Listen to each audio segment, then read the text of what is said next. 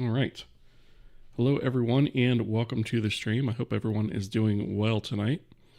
We are going to pick up where we left off last week. We didn't stream last night because I had a terrible allergy attack, but I'm okay as far as today is concerned, so we should be good to pick up where we left off last week. That being said, I did get some stuff done off camera. Not a whole heck of a lot, but a few things that we'll go over here in just a minute.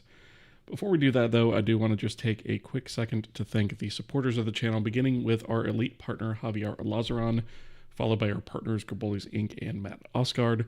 Those are the highest tiers of subscription over there on YouTube memberships and Patreon, followed by our list of supporters you see listed here on the screen. They are a combination of the other tiers of support over on YouTube memberships, Patreon, as well as Twitch subscriptions. So thank you all very much for your support. It's greatly appreciated and helps me cover the costs of things associated with running the channel, rather. Things like software licenses, hosting fees, assets, eventually things of that nature. So thank you all very much for that. In addition to that, I would also like to extend a large thank you to all of you guys, the viewers, whether you're joining me live here on the YouTube side or the Twitch side. Without you guys, this project and this channel would not exist. So thank you guys. I appreciate each and every one of you. All right. So with that, on the last stream, we actually had texture selection working where we could essentially click one of these material slots here, select a texture, and it would update the UI. And we mostly had the ability to write into the array texture for the given material and texture slot, and actually have the terrain update. So I was actually really close to that at the end of the last stream, rather. And I've gone ahead and completed that offline. So there's not a whole heck of a lot of changes there. In fact, I actually need to commit and push everything up to the repo. At some point, I'll probably do that tonight after the stream. But we do actually have the ability now to select a different texture. So in this case, I'll select this blue one since it's really obvious, right? This is one of our MRA textures, but I'm going to select it as an albedo for now. And when I click OK, you'll note that a few things happen.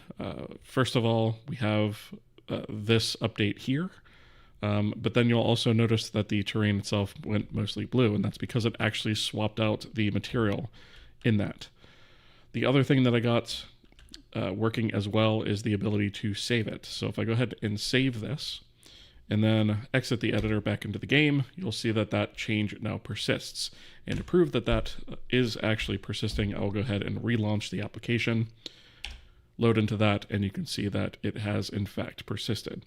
So I'm going to go here and I'm going to actually undo that change just because obviously it doesn't make much sense as it is. And now you can see that our terrain is back where it was before.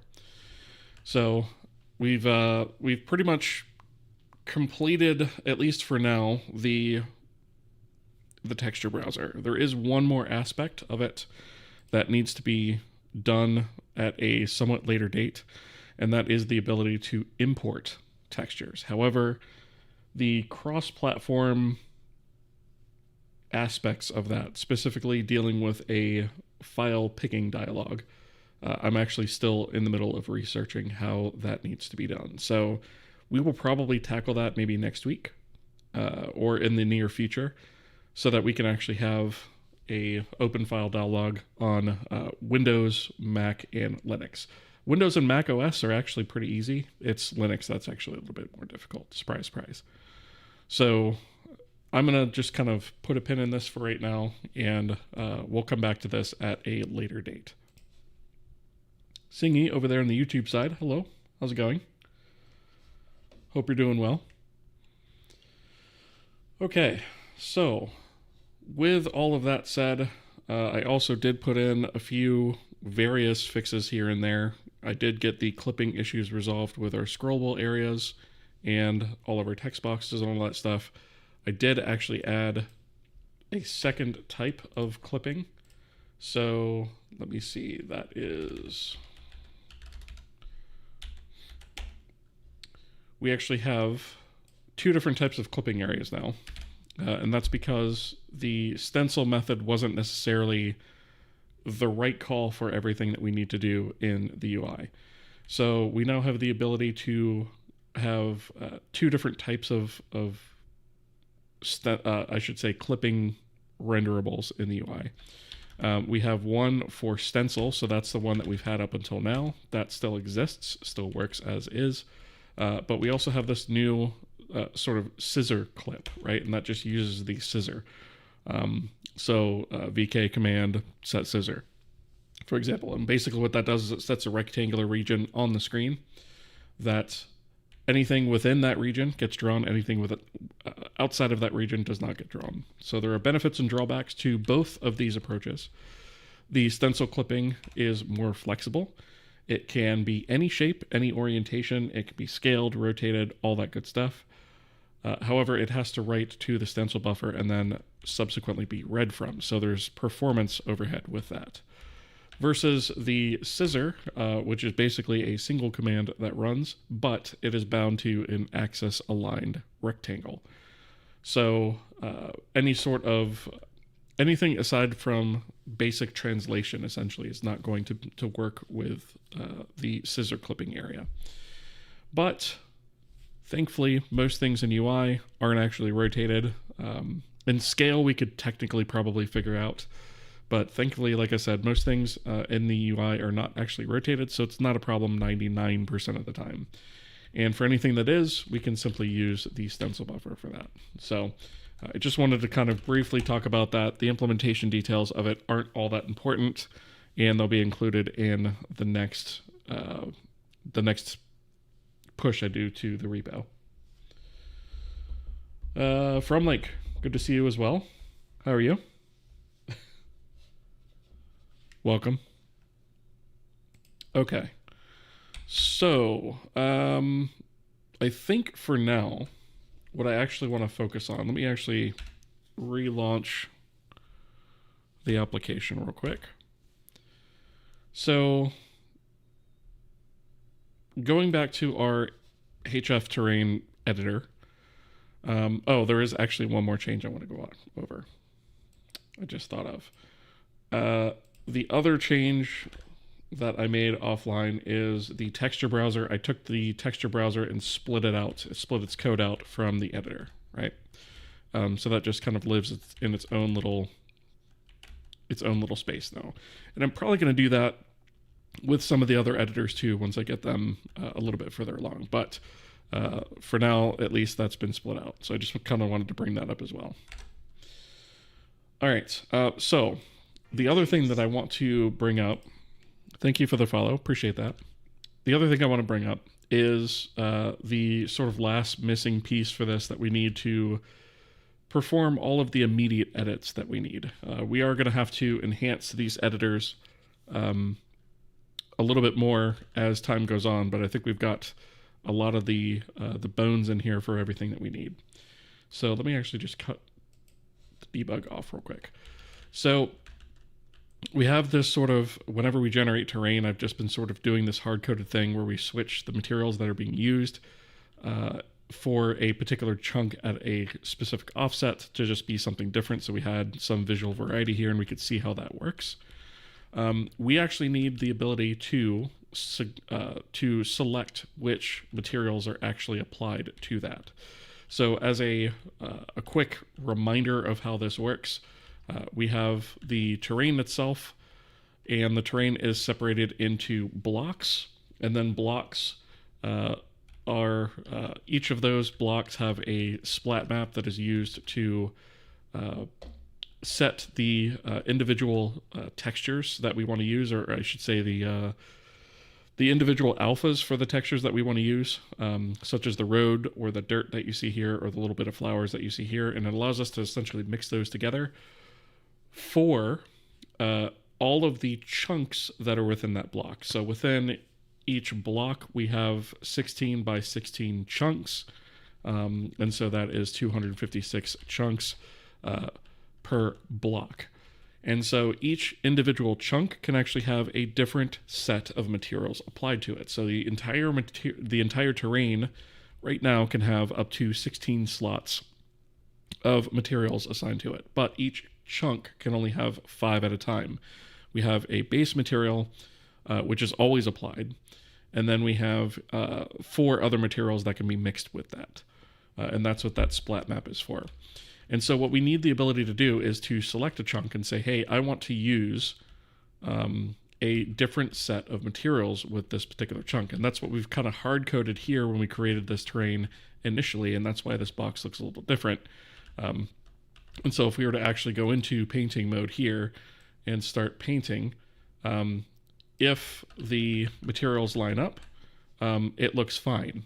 But if we switch to an ID of a material that's different, say, let's actually go with, I think 2 might be different. Maybe not. I know one of them is. Or did I actually make them line up? I might have done. For maybe 0s? Yeah, 0 is... Oh, I guess I did make them line up. Here we go. Here's an example, right? So, I guess this block also has different materials. So you see that seam there that shows up. If we go a little bit further over this way, I think the next seam is going to be like over here somewhere. There it is right there. And so you can see, because these have different base textures, they aren't blending. And so the idea is that we essentially want to have the ability to switch the base texture, but also have the ability to, say, switch to another material that is set to the same index across these chunks to be able to blend from one to another. So the idea behind that is that we'll be able to have a smooth transition between materials, right? And so if I actually go here to, I don't know if I can actually, I don't know if I have a setup on this to actually switch that back to something that's blended. Yeah, so I could essentially use this road texture to transition between these 2 blocks. And then I could also use that here to switch it between these 2 blocks and so forth, right? And so you can essentially line up the way that your materials are in such a way where you can use them and basically switch from one set of materials to another set of materials using transition chunks in between. And the advantage there is that we don't have to mix all 16 materials or up to 16 materials all the time everywhere. We're only dealing with essentially 5 materials at a time. And it kind of allows us to have a very flexible sort of system. The other thing is 16 is sort of the number that I've kind of hard-coded for now for a couple of reasons, and only in a couple places. So it's mostly hard-coded in the editor, and it's also hard-coded as far as how large the actual texture is for each one of these things, right? So each one of these 3 columns here is a array texture with 16 channels in it, or 16 layers. And so that number will be adjustable in the future, but I just kind of wanted to call that out now. So all of that to say, what we actually need to implement is this chunk mode, which is the only mode we haven't actually touched yet. Actually, no, we haven't touched remove yet, but I think that one can wait. So chunk is basically where we're going to, instead of on the mouse over, instead of sort of painting, what the chunk is going to allow us to do is it's going to allow us to select a particular chunk that we want to configure its materials. And then from that, we'll be able to assign which materials are in each individual slot. And so I think for now, we'll probably just do that by material index, which is basically going to be all of these guys, right? And then in the future, what we'll do is we'll enhance that a little bit where we can set that up to have maybe a drop down that gives us a little bit more of a friendly display. But for tonight, I just kind of want to get this portion working. All right, let me catch up on chat before we get started with that. Scott B, how's it going? Just saw your Wait, saw your nose the other day? How have you been? I'm not sure what you mean. Um, so did you mistype something there? Or yeah, I mean I've been well. But thank you for asking. I appreciate that. Let's see. Can you explain briefly what do you mean by material and implementation? How does that look? Is that simply a color? So let's see. So a material in terms of Kohi is actually not even specific to just a terrain. There are different types of materials. So material basically defines the property of the properties rather of a surface. And so you have, for example, this tree has got one material for the leaves, one material for the bark. On this terrain, we have this sort of material that defines this sort of stepstone area, this path. We have one for this sort of grass color here. We've got another one for this dirt color. We've got another one for this greener grass over here. And then we've got another one for this sort of yellow here. And so a material defines a few different things. It defines predominantly the color of the surface, but it also defines other properties like how shiny is it? How rough is it? How does it react to light? Is it emissive? Emissive meaning does it actually still light up even when it's not being shined on by other light? In other words, is it sort of a light source, right? So if we look at this huge plane that I have here, if I look at the underside of it, you'll note that this 512 by 512 here is lit up, right? It doesn't require any light, right? That's an emissive property, right? And so materials are essentially the way that we define how these different surfaces look in the game.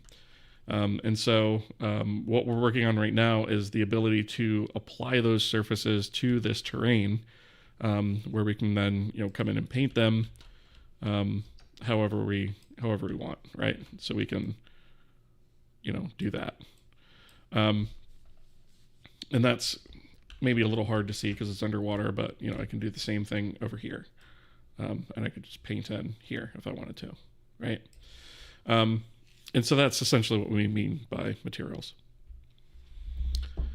Roman's Nose and the mountain of upstate New York. Yes, I'm very familiar with it. I've been there. It is named that. It is actually named after my family because my family used to own it way back in the day. So yeah. That was when my family had money and before basically two brothers had an argument, blew all the family inheritance and made us all poor. But yes, I'm familiar with that. Yep. We did talk about that? Okay. Yeah. Dang them.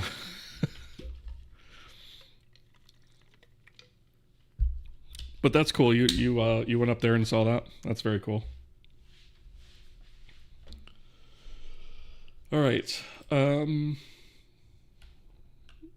Yeah, it's a beautiful area. Yeah. Up there around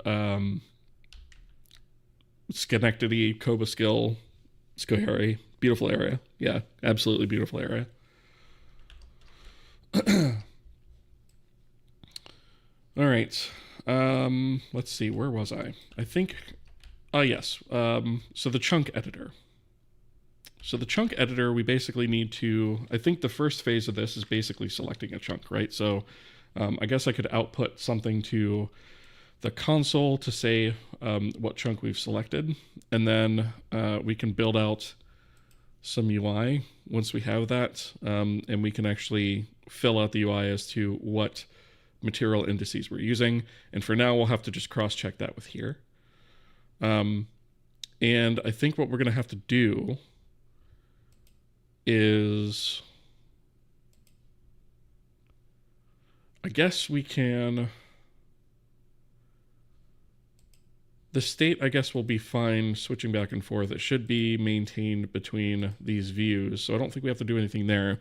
We don't have to prompt for a save or anything. We do eventually need to work on like a dirty flag for the terrain. But I'm less worried about that for now, and I'm more worried about just getting things working. So I guess let's talk about the chunk editor. So I guess if we switch to chunk mode, the next thing we need to do is do a raycast to get the current chunk that is under the mouse. And we're not going to want to do this via any sort of drag event, and we're not going to want to do this. I think we're probably just going to want to use either the mouse down or the mouse up. I haven't decided yet. Probably mouse down, just because that's a little bit more responsive. Let's see. Hello, how's everything going? Seeing many improvements at the train editor. It looks awesome. Thank you for that. Appreciate it. Let's see. Inspired me to make my own game engine, so the past 8 months I've been working on one in Zig. Also working on a terrain system right now. That's awesome. Retro you, that's really cool. I'm glad to hear that. And you're doing it in Zig, which is cool too. So that's a little bit different as well. But yeah, thanks for letting me know that. I appreciate that. And good luck. Okay, so we don't want the renderer, we want the editor.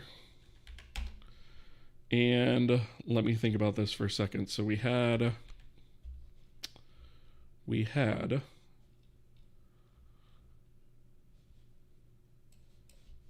see, we have under here elevation submode, chunk submode. So I guess chunk content is where we're going to want to add stuff. So I'm just going to put a small to-do here. Add controls for material mapping. And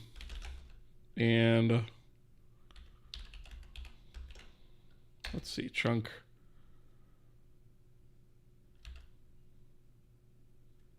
Wait a minute, what was I thinking? I want chunk checkbox. Chunk. If I can spell checkbox correctly, that'd be great. There we go. Okay, so checkbox changed. Okay, so we set that active and equal.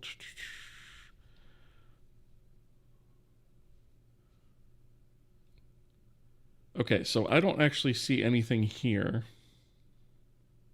Well, I guess all we need to do here is really just show or hide the controls. So I guess we don't actually need to do anything with this. What we really need is raycast. What we really need is this functionality. But not from the mouse move. Right, so let's see. So we have editor mouse move.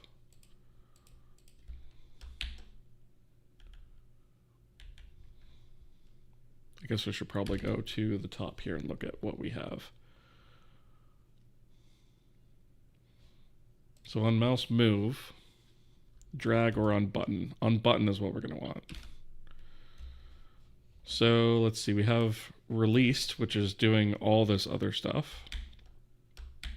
I think we said we were going to do the button press for this one. So let's do that. I'm actually just going to paste what I had copied for a second. And then I'm going to do, let's go ahead and grab all of this stuff, right? Because obviously we need to have a scene loaded and all that other stuff. So we need that. And then if using gizmo, return false. That doesn't apply to us in this state. Let's see, scene state. We need to make sure it's loaded. We don't care about multi-select. I may need these other bits though. So let's go ahead and take them. And let me actually start closing off some of these guys here.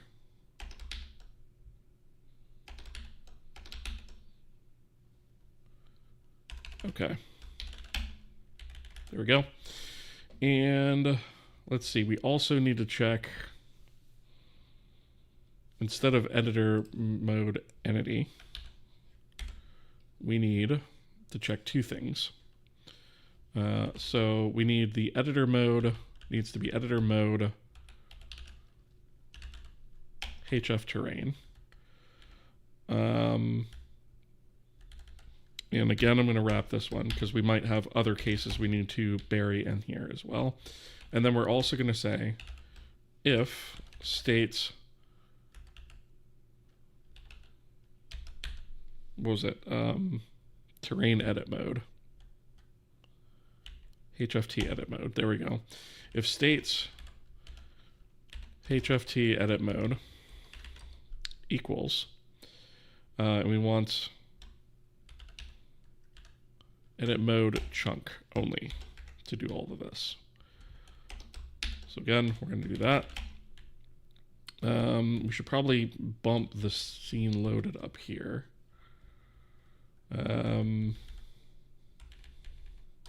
Put that here as well.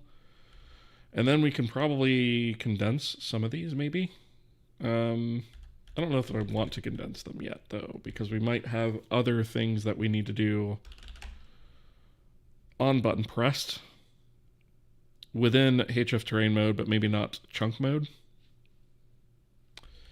Okay, so let's see, what is this missing? Oh, we need to generate array, which we should have an example of that down here, right there. So let's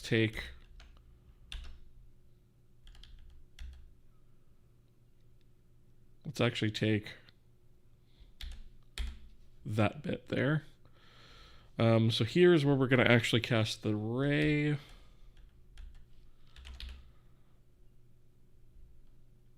And I guess we're going to have to wrap this again. I don't really like having this nested this far down. I might have to reduce this a little bit. Okay, so if the mouse point is within the viewport rectangle, then we go ahead and create array. The max distance that we're going to allow to be selected is 2000. I think that's fine.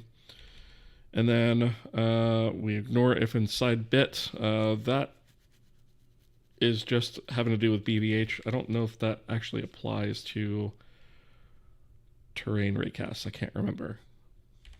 I think it might. Anyways, we have do we actually need the result? We don't need this result.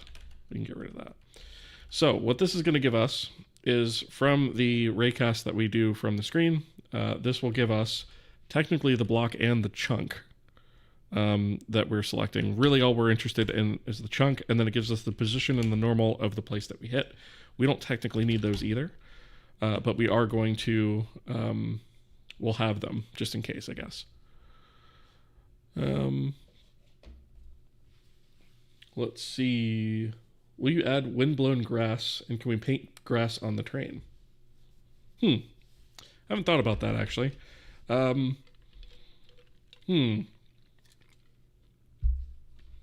What I had in mind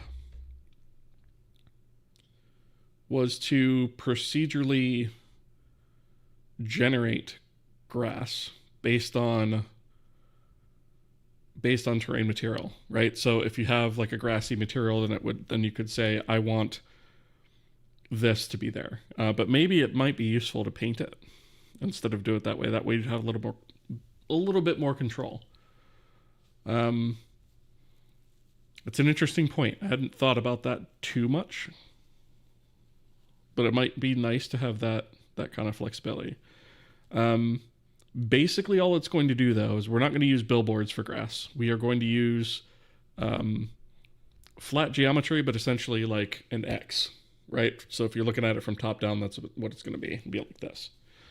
And then those, I'm thinking for like wind or something like that, or maybe the player running through it, if I decide to do this. Probably all we'll do is we'll just move the top vertices of those planes just back and forth, right? And that'll give us what we need. the camera perspective is not going to be too close. It's not going to allow the camera to get too close to it, so we don't really need to have something that is super high definition or anything like that. I think we just need enough to be able to sort of add something to it to give a little bit of ambience, and that's about it. But yes, we are going to be adding that. I'll just have to think about exactly how I want to do that. It might be a while before we add it, though, just because I do want to kind of move away from some of the editor things sometime soon and be able to actually start building out some of the game systems, some of the game-specific systems. All right, so we have this.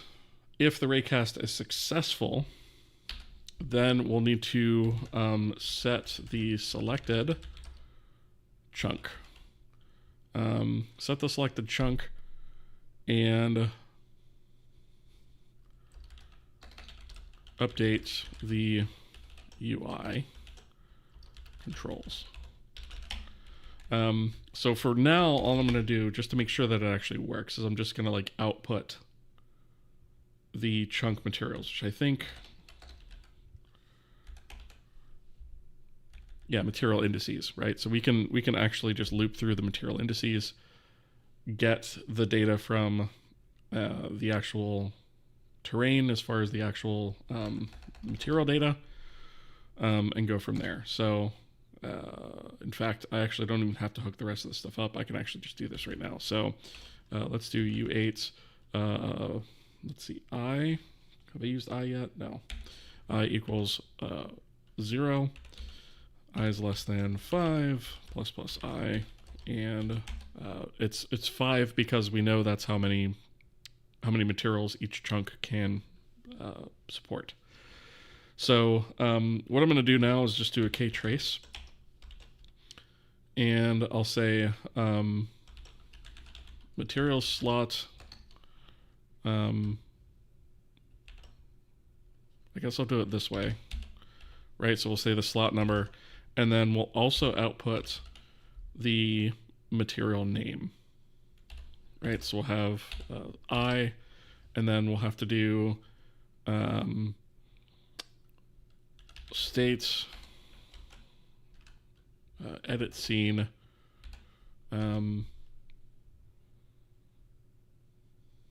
Wait a minute. Do we actually have... I don't know if I can actually query that yet. I don't have a way to actually query that yet, I don't think.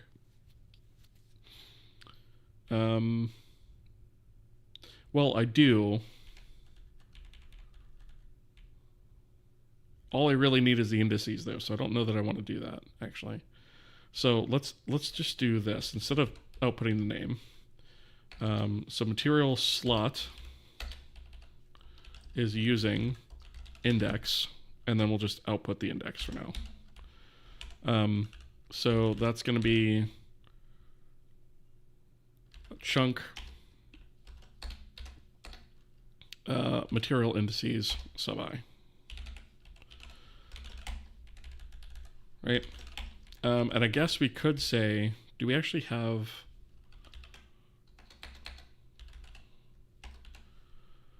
We do have an X and Z, so I suppose we could put those in there too, right? So we could just say, so we can say chunk, and we'll do this. We'll say U, comma, U for unsigned integer. So we'll say the chunk, and then we'll say chunk.x and chunk Z. Right, so that way we know what chunk we're in. And I suppose we could also say the same thing about block, but I'm not really all that concerned about it. I'm pretty sure that this is going to give us exactly what we need. So before we set up any sort of editor controls or anything, let's actually just make sure that this works. So I'm just going to open this guy up, and we'll extend the log a little bit just so we can see that a little bit better.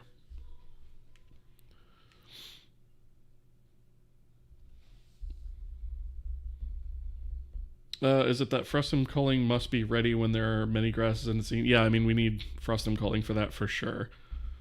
The way that I'm going to do it is I'm probably going to have all of the... Either way that I do it, all of the grass is going to be attached to a chunk. So we don't have to frustum cull the individual pieces of grass. When we frustum cull a chunk, it'll just not draw its grass either, right? Or whatever type of shrubbery we add to it, right? We're actually going to do that with quite a lot of different things. So that we get frustum culling cheap for things that are attached to the terrain.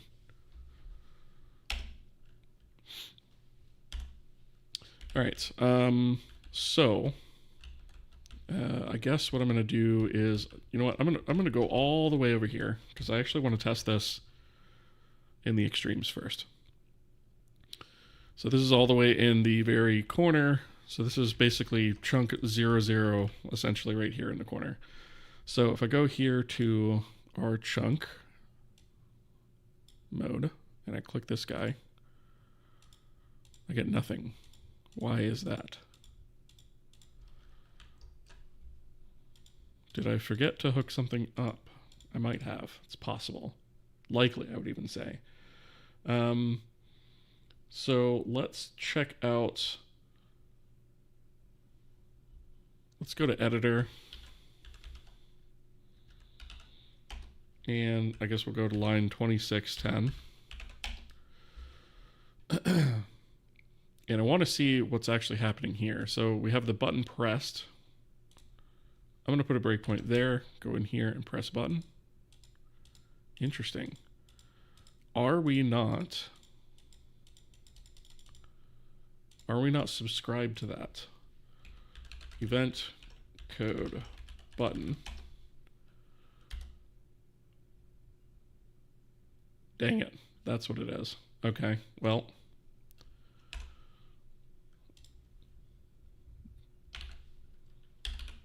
I only registered for release, not pressed. All right, so we need the register and the unregister. So this is going to be minus the assertion. And then we want, we want unregister. All right. And I think I saw that there were a few instances of this. Let me just make sure. Yeah, okay. No, we should be good. I wasn't sure if that was actually registered or not. I had a feeling, actually, that it wasn't, but... All right, so let's switch here. I'm actually just I'm gonna try one more time going over here. And if it doesn't work this time, then I won't bother flying all the way over here next time. All right. So that didn't work still. What am I missing? And we're not hitting the break point either. Wait, do I still have the break point?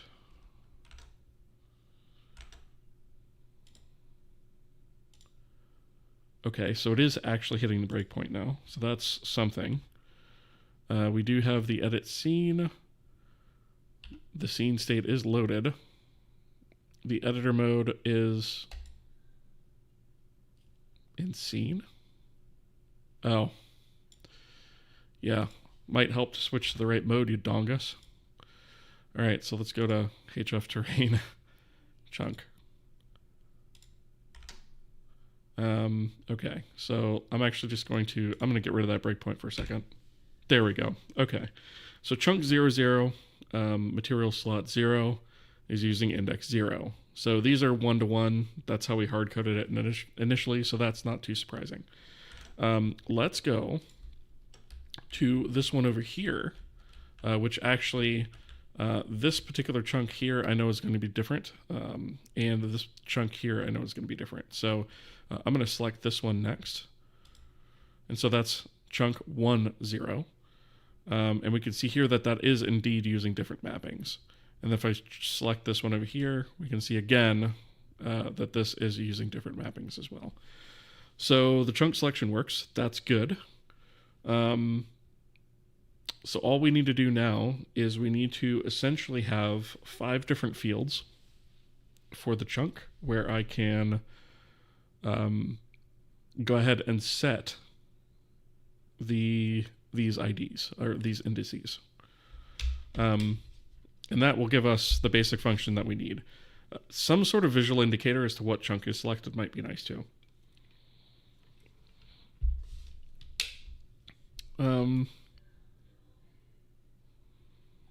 Do I want to mess with that though?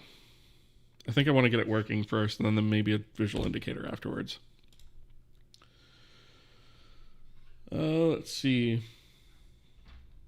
I see determine to call the chunk is fast and all meshes on a called chunk will also be called directly. Yes, exactly. That's it. Yep.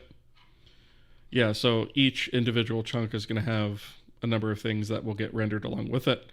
And essentially the way that that's going to work is all of those objects will be added to a render list if the chunk is rendered. And if the chunk is not rendered, it won't be.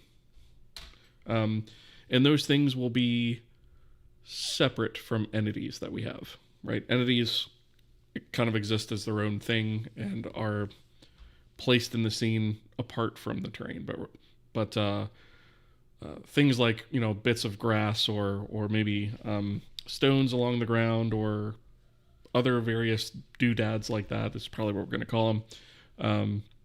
Those things can all be, you know, directly placed on the terrain and hooked to that, and we get sort of free frustum culling with that. The only thing that we'll want to avoid doing is we'll want to avoid doing any sort of large objects. So you wouldn't want to do trees that way, for example, right? Because a tree can be on one chunk, but it could be like on the edge of the chunk and overlap greatly onto the chunk next to it.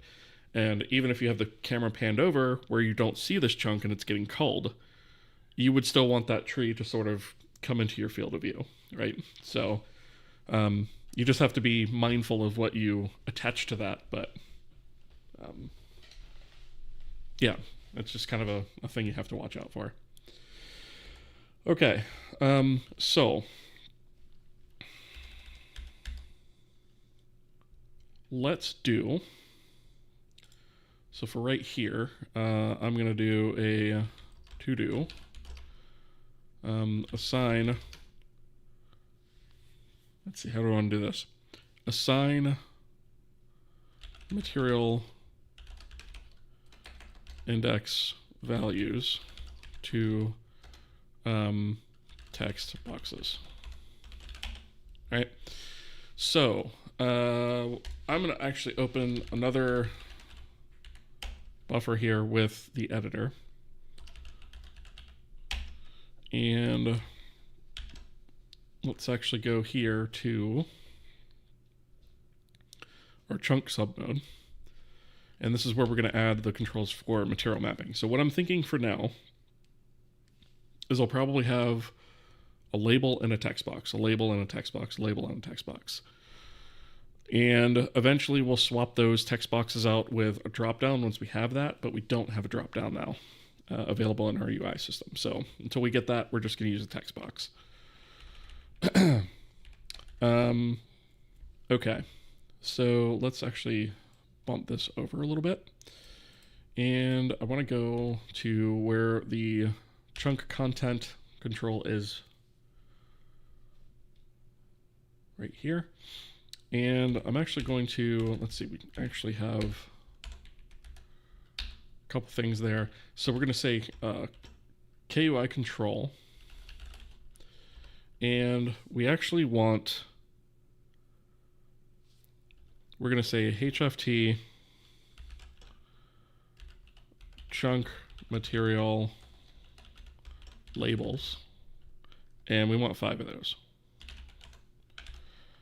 So we just want an array of 5. It's always going to be 5. That's never going to change. And then we also want, along with the labels, text boxes. We want 5 of those. And so we're essentially going to just create these guys in a loop and add them accordingly. Let's see. Do we have do we actually have?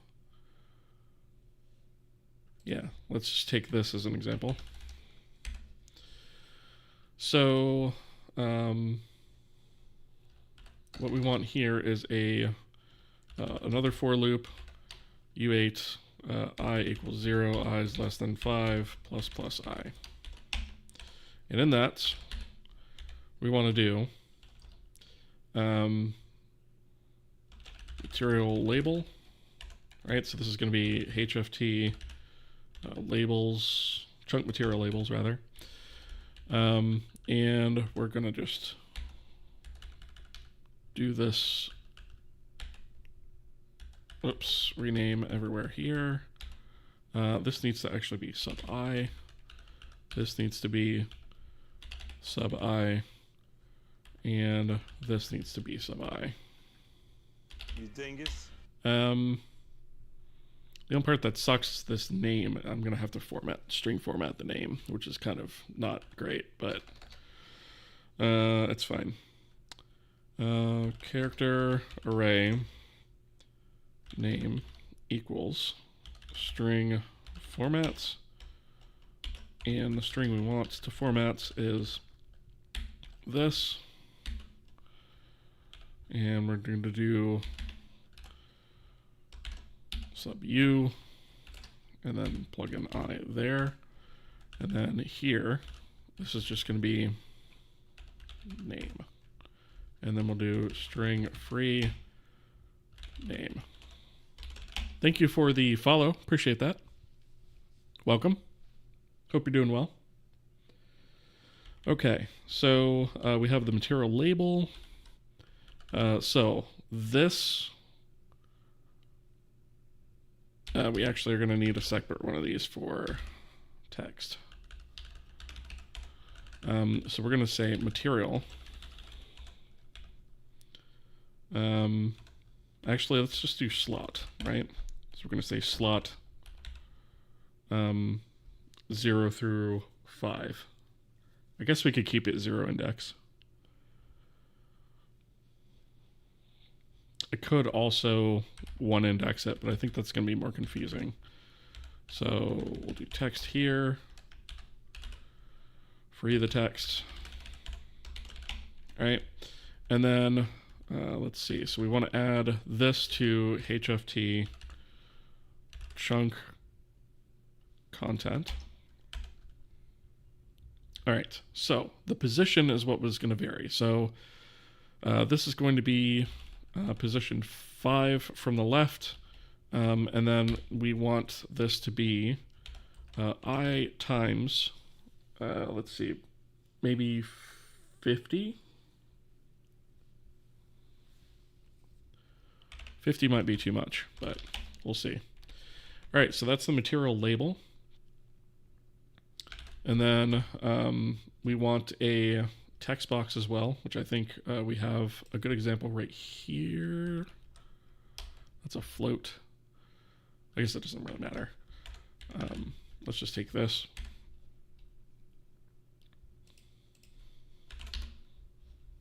All right.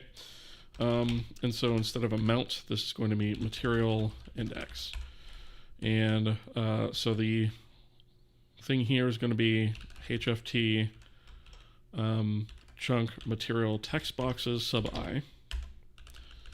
We'll come back to the name in just a second. We want to add, I'll do that. Just change out the name on all of these guys. There we go. And we're going to change the functions and stuff too. But let's see. So the name, we're going to do this again, actually. Except we can actually just reuse the name variable. Right, so this is going to be text boxes. And then again, we can just pass name here. Okay, so this text box is going to take a system font. We already are going to use the standard editor text box font and font size. its initial text is going to be nothing. And then the text box type is not going to be float, it's going to be int. Because we want whole numbers only there, because it is an index. Okay, so, this needs to be HFT chunk content. We add it to the correct place. Let's see, so F32 set, we don't actually need to do this. Okay, so position sets, let's see, so this is HF terrain right call X. Yeah, I guess we could use that. And then we said that the Y position is going to be I times 50.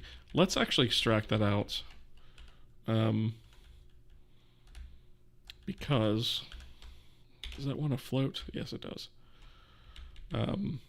Because that way we only have to change it one place to adjust it. So we're going to do Y position equals I times 50. Right? We'll just float that out, and then we'll just change this to Y position, and we'll do the same thing here. There we go. Okay. Control width set 120 is more than enough. It's only going to be a single number. In fact, that's probably like way too much.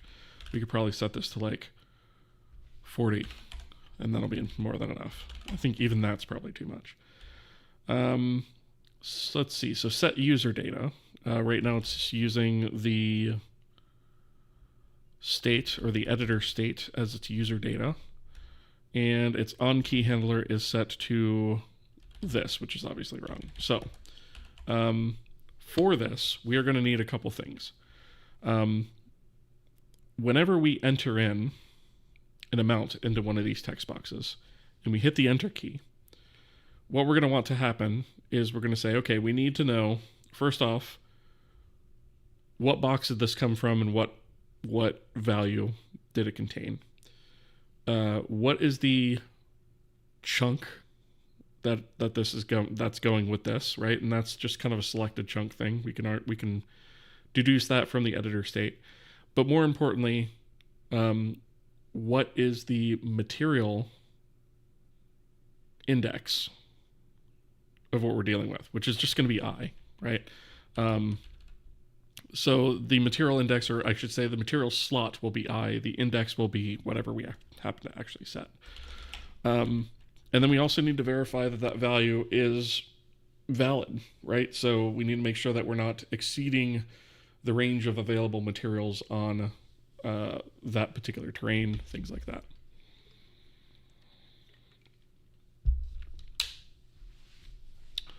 So, in order to do that, we're going to need a little bit more context than just the editor. Because we're actually going to need to know I, for example. So, if we go, let's see, didn't I have that? Oh, I might actually have that in the C file. Don't remember if I put that here. That might actually be up here. Isn't it?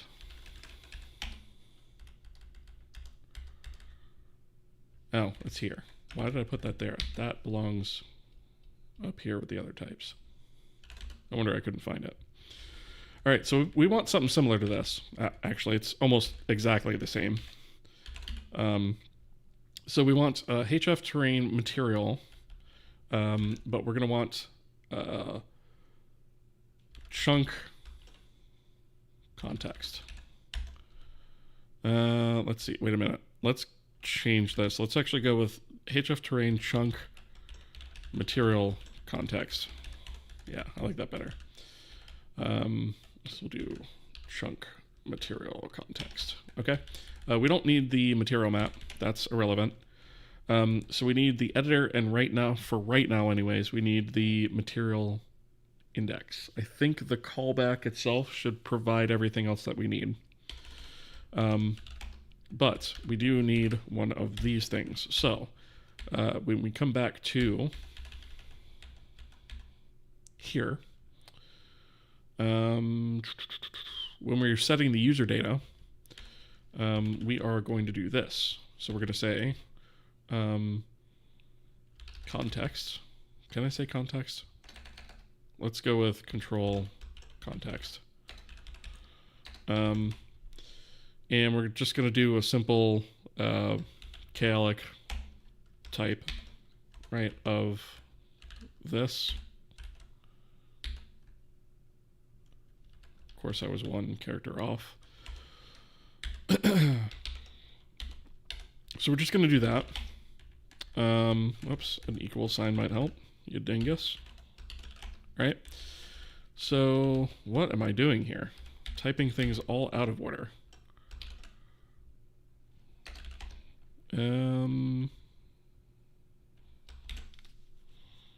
Oh, I need a memory tag. Okay. Mem tag editor. Okay, there we go. So we dynamically allocate this, yes. We set control context editor. Oops. Editor to state. And then control context material index is going to be I. And then for our user data is now going to be the size of, and we're going to say control context, and the same is going to be for our state there. So we're going to say the size of control context and then control context. And then we're going to change this to true, which basically means that the control owns this context. So whenever we destroy the control, this goes with it, so we don't leak that memory. So we've gone ahead and set that. And then the only thing we need to do is set up a function that essentially takes the keyboard input, right? So I'm actually going to grab this exact function, and let's see, do we actually have, I don't think we actually have anything for this yet. So let's call this HFT, and we'll do chunk material text box on key. Yeah, I think that makes sense. Right, and so what I want to do is actually go to here, and I'm just going to paste this, and I want to go here to this guy, and I'm actually just going to grab the contents of that because I want to use almost the same exact thing but slightly different in here.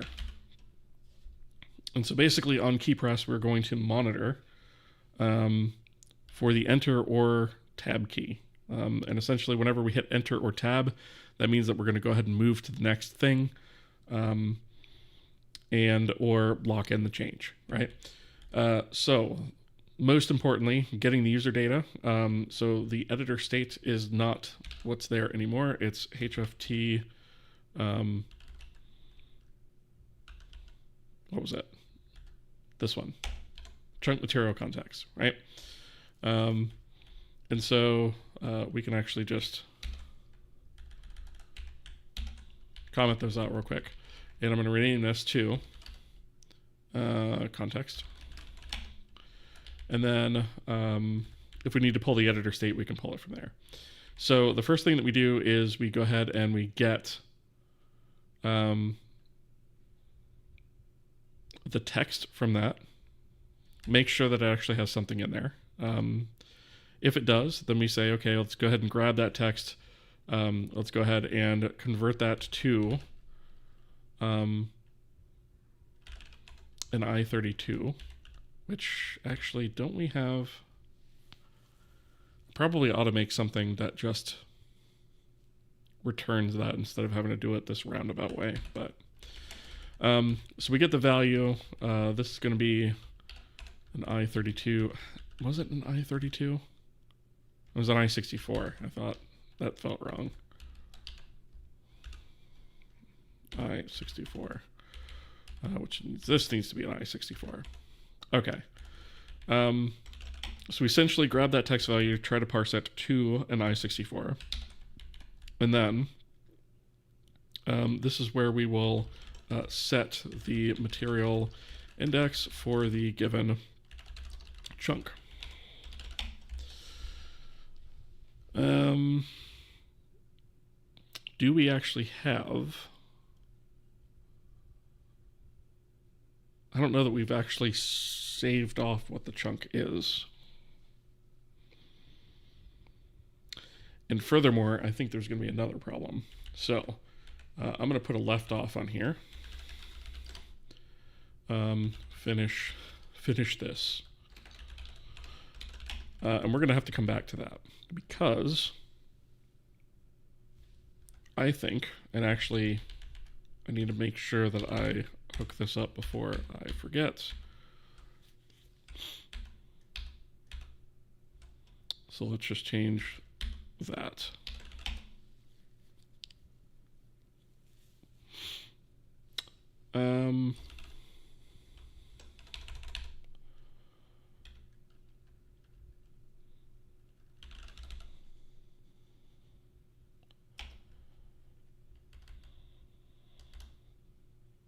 Oh, pressed.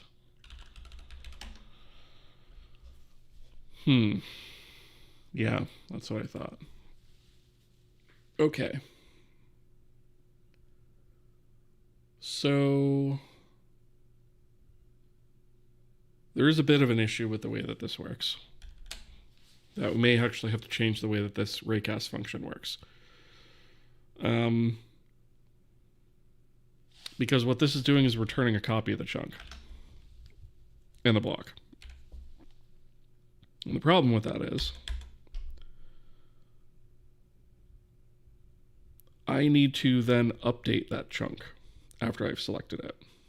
And we may have other things that need to update the chunk or the block after we've selected it. And where we are just doing this instead of actually returning a pointer to it, that's an issue. Because there's no quick way for us to say, hey, terrain, give me a pointer to this chunk. Well, I guess there is, but it's kind of annoying. Right, because I think we have HF terrain. Don't we have...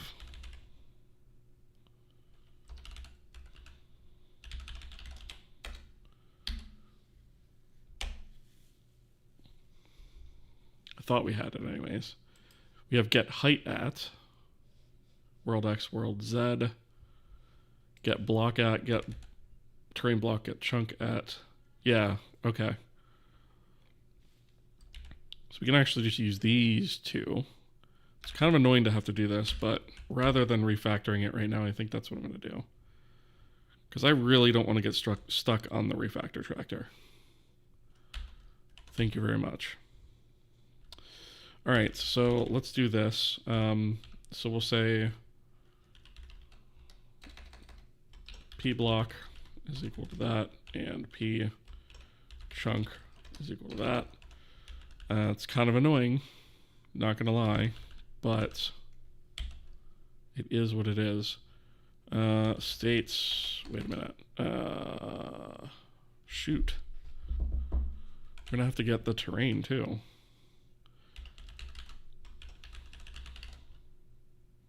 Do we not actually have a way to do that? Yeah, we do. IntelliSense is just failing apparently today. Not IntelliSense, but...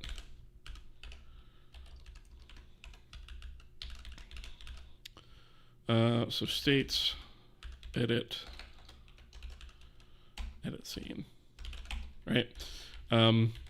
So then we can pass terrain here.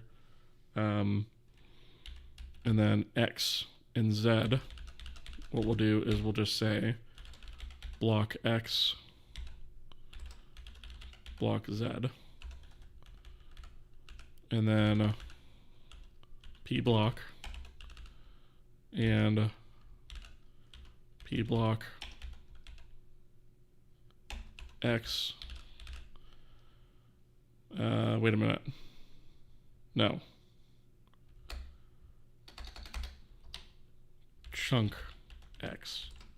Chunk Z. There we go. So that we actually have pointers to these things. And P chunk is actually probably what we should store maybe in the state, so that we know what chunk is currently selected. I suppose we could store the block along with that, but I don't think we're going to need a block editor.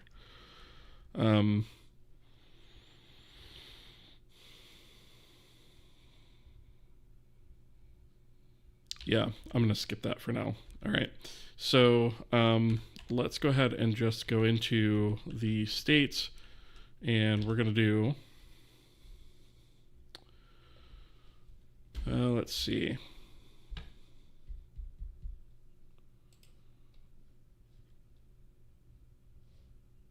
Should probably put it in here since that's kind of where we are working at the moment. So I'll go HF chunk, and we'll do selected chunk.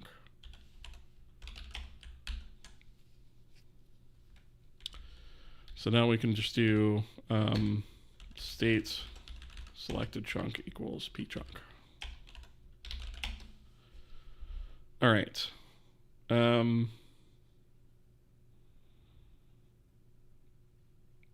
So assign index values to text boxes.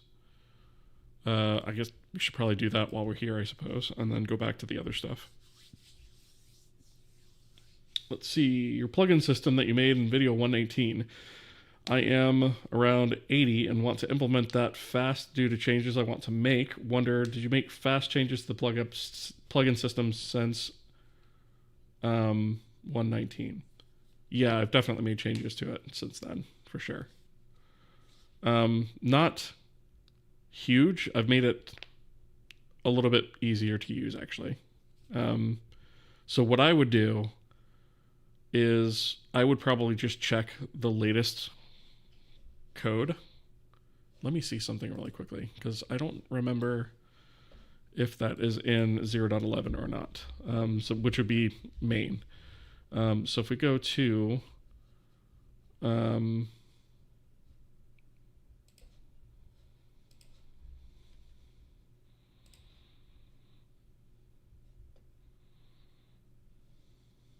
let's see. Yeah, okay, 2 months ago is about when I did it. Yeah. So if you go into runtime systems, plugin system C, everything you'll need for it is right in here. And this is not a lot of code in here. It's pretty, I think it's pretty self-explanatory, but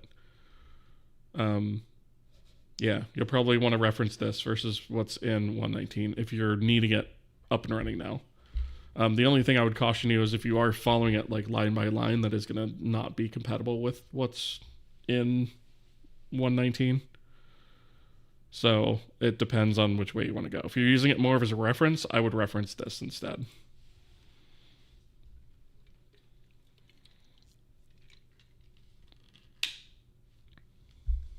Although for the concepts, video 119 is still mostly accurate, I think.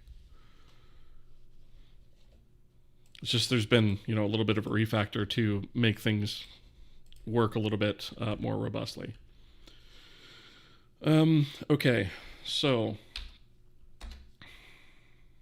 what I need is a KUI label text. Is it sets? It's not text set. Text set is not what I want.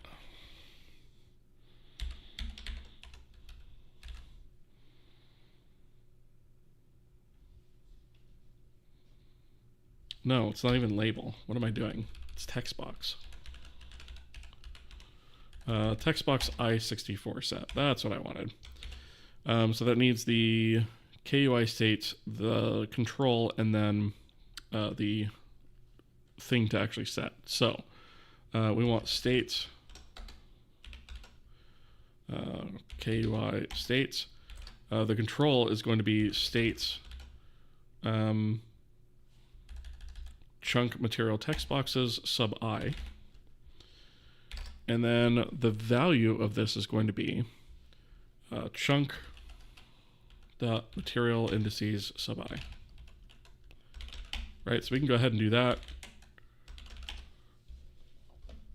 And that is actually all that should be needed there. We don't really need this trace anymore, but I'm going to comment it out. Okay. So the other thing is, now that we have that, I think we should be able to actually pull everything that we need for the actual update. Yeah, okay. So we get the value, we parse that as an I64. Now we need to set the material index for the given chunk. So we should just be able to then say if, we probably ought to do this a little bit sooner, but we should be able to say if context editor selected chunk, then we'll do context editor selected chunk material indices, right? And this is where we're going to pull that other bit. So we need context material. Wait a minute, is that the material index? That's badly named. That should be material slot. Equals X, which is the value that we parsed. We do have a clamp here that we may also want to do.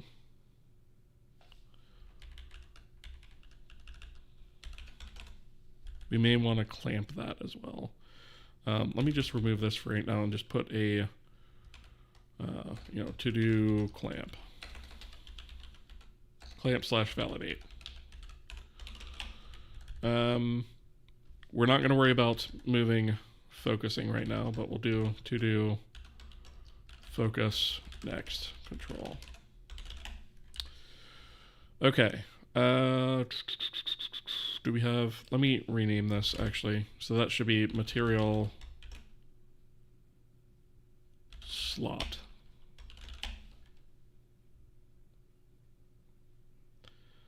Okay. So in theory, when we build this, what we should be able to do is run this, select different chunks, see the material indices change in the text boxes. And then also we should be able to change the materials within that. And we should see it visually update if everything's hooked up the way that I think it should be. All right, so let's go into chunk mode. Let's do this. Okay, so there's one chunk. If we come over here, we've got a different one. If we come over here, we've got a different one, I think. Yeah, okay, so you can see there that the different base slots are changing. Okay, so now if I were to change the base of this one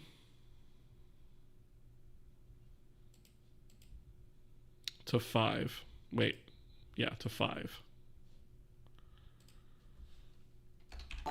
and hit enter, it should update. And there we go. Holy cakes with a raid of 197 people. Thank you so much. My dude, how have you been? Dingus. Thank you so much for the raid. Welcome, raiders. How are things, my dude? I've seen your sales have really taken off, like big time. If you guys aren't shouting, or if you guys aren't following Cakes, rather, definitely go do it. he just released his game Tangy TD on Steam, and it's been selling really, really well. It's been super successful. It's super awesome to see. I love it. So definitely go and, not like he needs me to say go follow him, but yeah, definitely go do that. Yeah. So welcome, Raiders. Thank you guys for the follows. I appreciate that. Someone not using the AI, good to see. Yeah, we solve problems the hard way on stream, much to my own chagrin sometimes.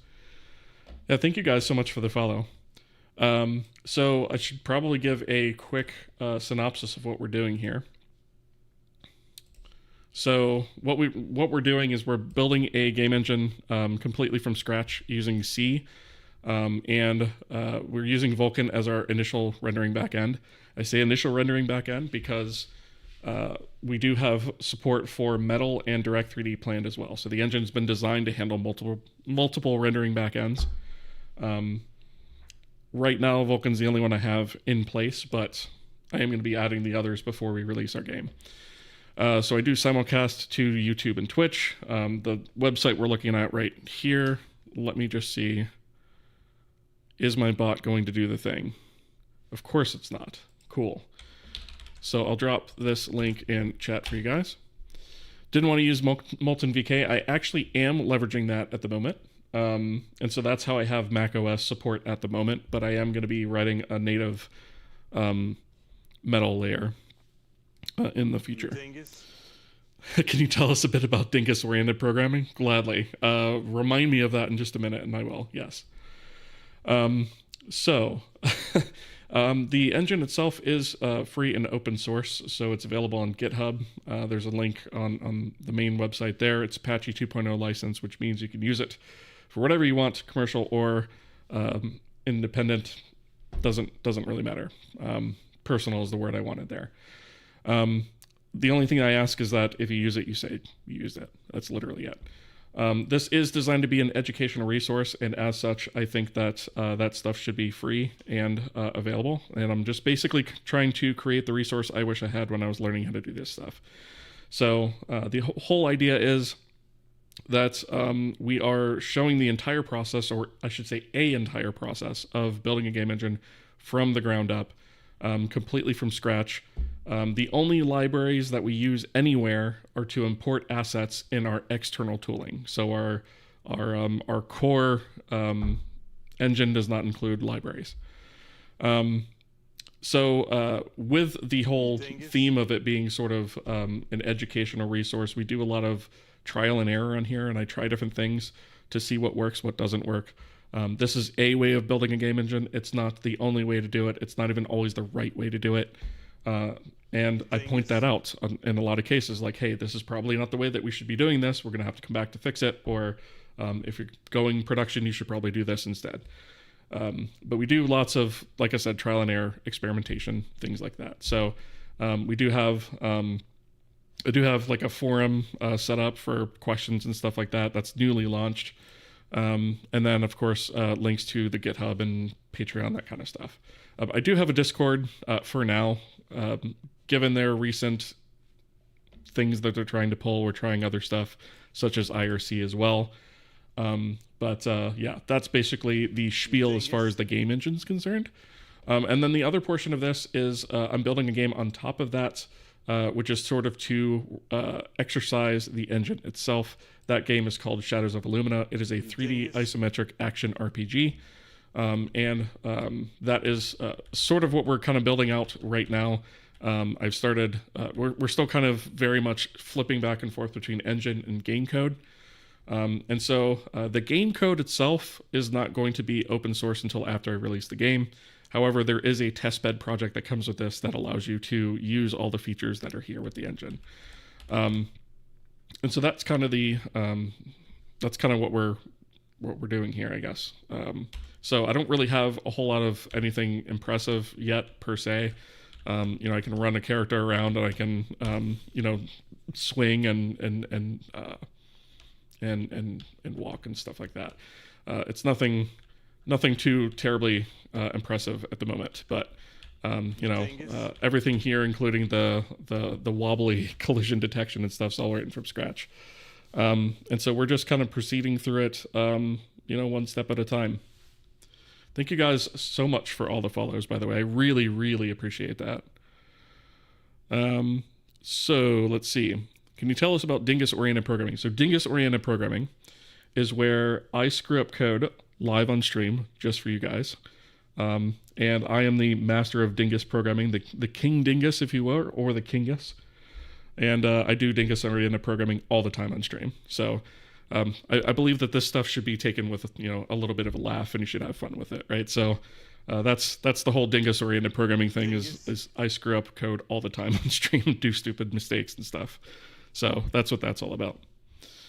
3D only for now. Technically, it can do a 2D game as well. If you set up your scene to just ignore the Z-axis, then there's no reason you couldn't do a 2D game with this.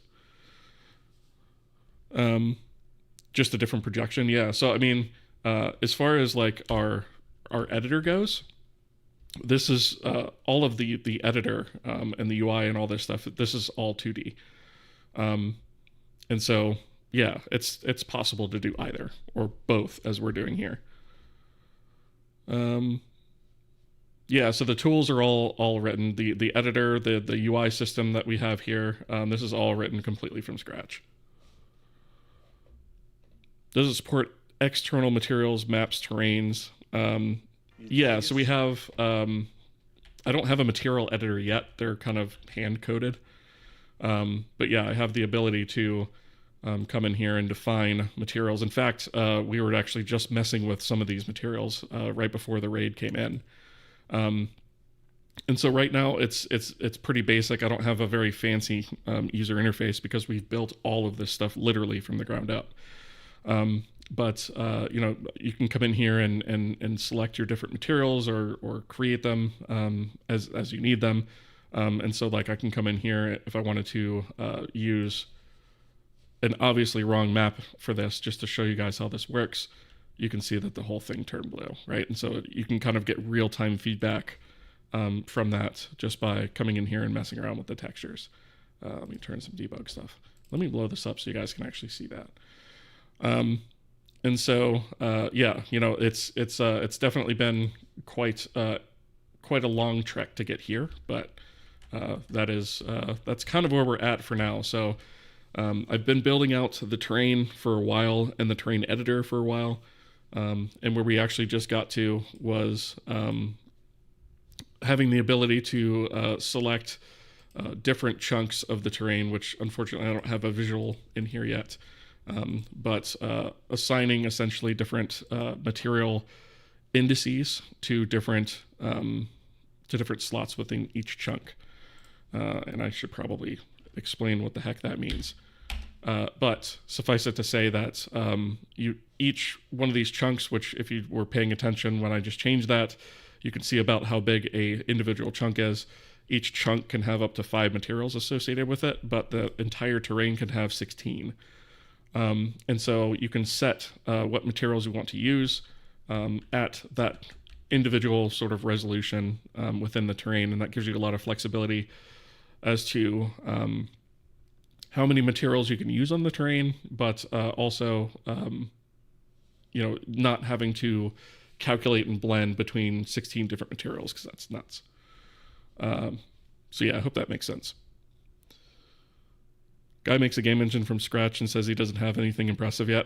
I mean, it's kind of like there's not a whole lot of... I mean, I have some visual stuff here, I suppose, but it's not, it's not in the form of a game yet, unfortunately. But yeah, thank you guys for the kind words. I appreciate that. Coding in C and not C++, just that is really impressive. I prefer it. It's a lot simpler of a language, for sure. Thank you guys for the kind words. I really appreciate that. Stretch, I'll take that. I need that, for sure. Always wondered why languages like C or C++ are mostly chosen for things like game engines. Because they are low level. Well, I say low level. It's technically a high level language. But it gives you direct access to memory operations. And that is an extremely powerful thing if you know how to use it. And so game engines are one of those areas where you really need to have that explicit control over how your memory works. And if you optimize that, that's going to do more for your performance than anything else. Because, things like heavy use of object-oriented programming and things like that tend to lead to a lot of memory fragmentation, where you've got different objects all over the place in memory, and that actually takes time to retrieve those things. And just a whole bunch of concepts like that, which I won't go too in depth into here, but we've talked about on stream before. Shadows are a pain to do. Yeah, they are.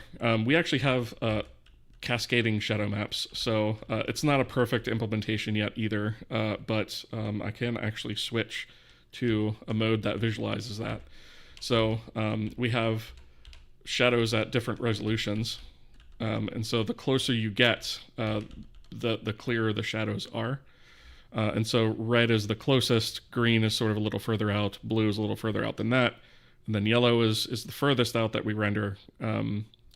And then anything that's white doesn't actually get shadows. So if we actually switch to a lighting only mode, you can kind of see that a little bit clearer. And I do need to adjust some of these things here a little bit more cleanly, because it is a little bit obvious where it kind of switches there. I need to tweak those properties a little bit, but it does kind of make it nice to be able to visualize where all that is, where those transitions are. And then once we get so far away, it sort of just, fades out, right? So I've got that. You can visualize normals, which is, necessary sometimes. And then I've got, obviously, a wireframe view, which, in order to visualize that, I'll turn off the fog in the skybox, and you can see that a little bit better. So, I hope all that makes sense. It's kind of a lot. It's kind of a lot to cover in like a minute or two. The water's already animated. Yeah, the water is animated. I'm just using a single texture for right now.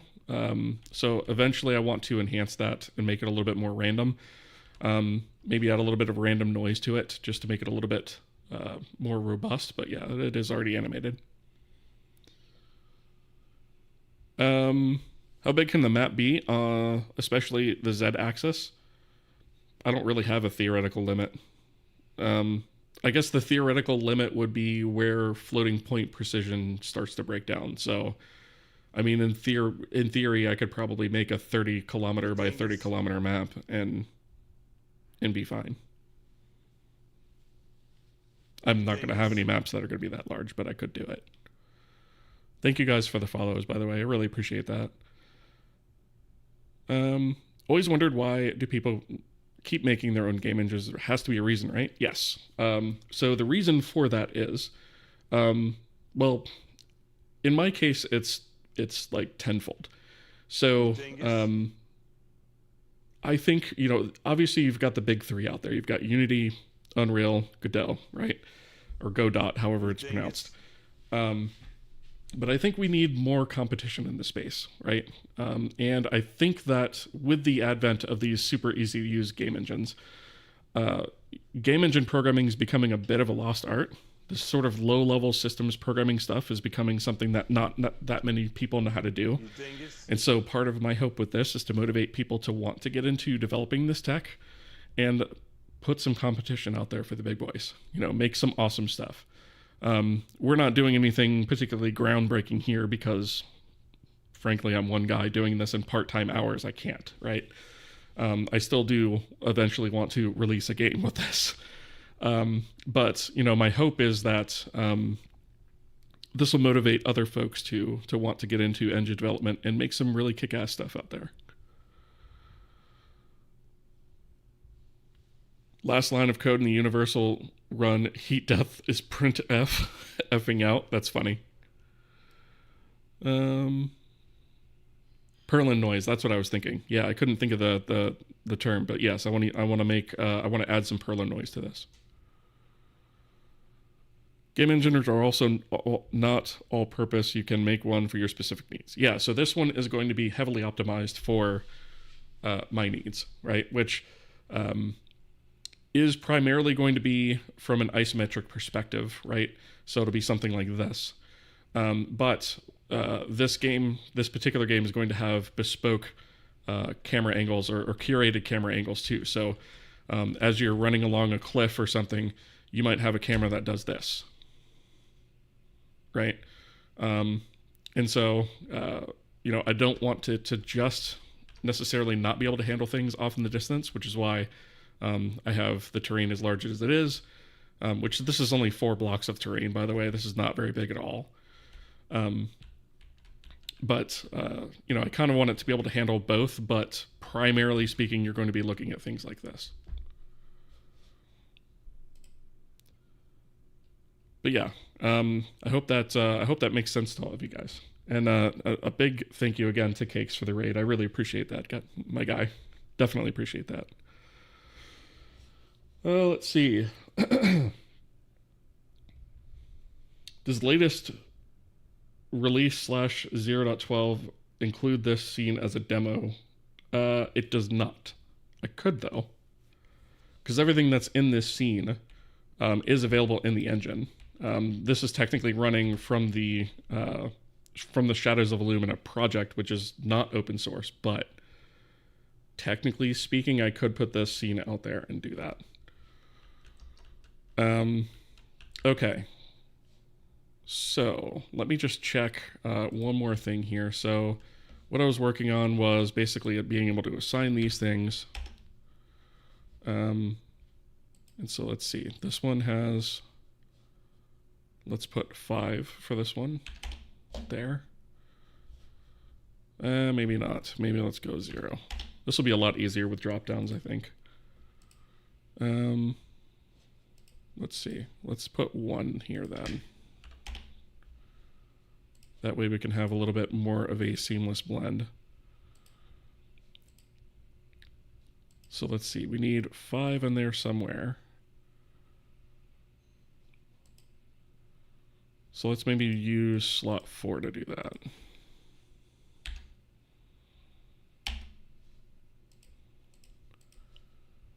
In both cases.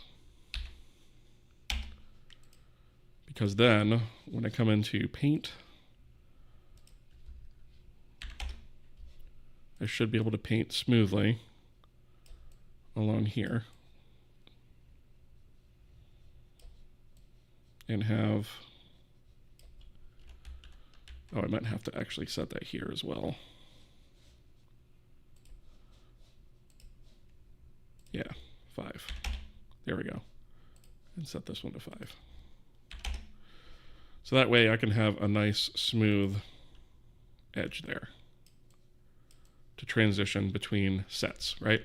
And so what this is, I don't really have enough materials to sort of demonstrate this, but what this will essentially allow me to do is it'll allow me to use a different set of materials for, say, this particular chunk here that I wasn't able to use over on this chunk here because maybe I'm changing tile sets or something.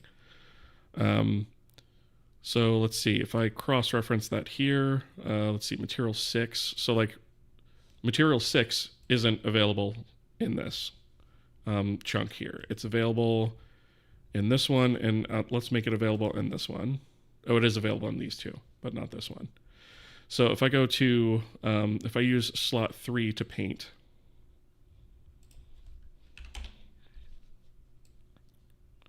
then we'll see.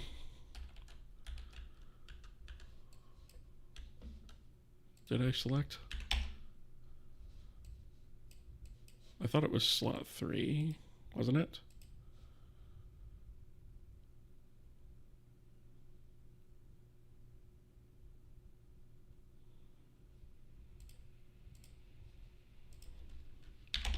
Or does that count as 4? Did that not take? It's on 2. Why would it be 2? 0, 1, 2. It seems like it's off by 1. I should probably actually bring the elevation of this up a little bit so we can see this without looking through the water. Let's actually do that real quick. so that we can see a little bit more clearly. There we go.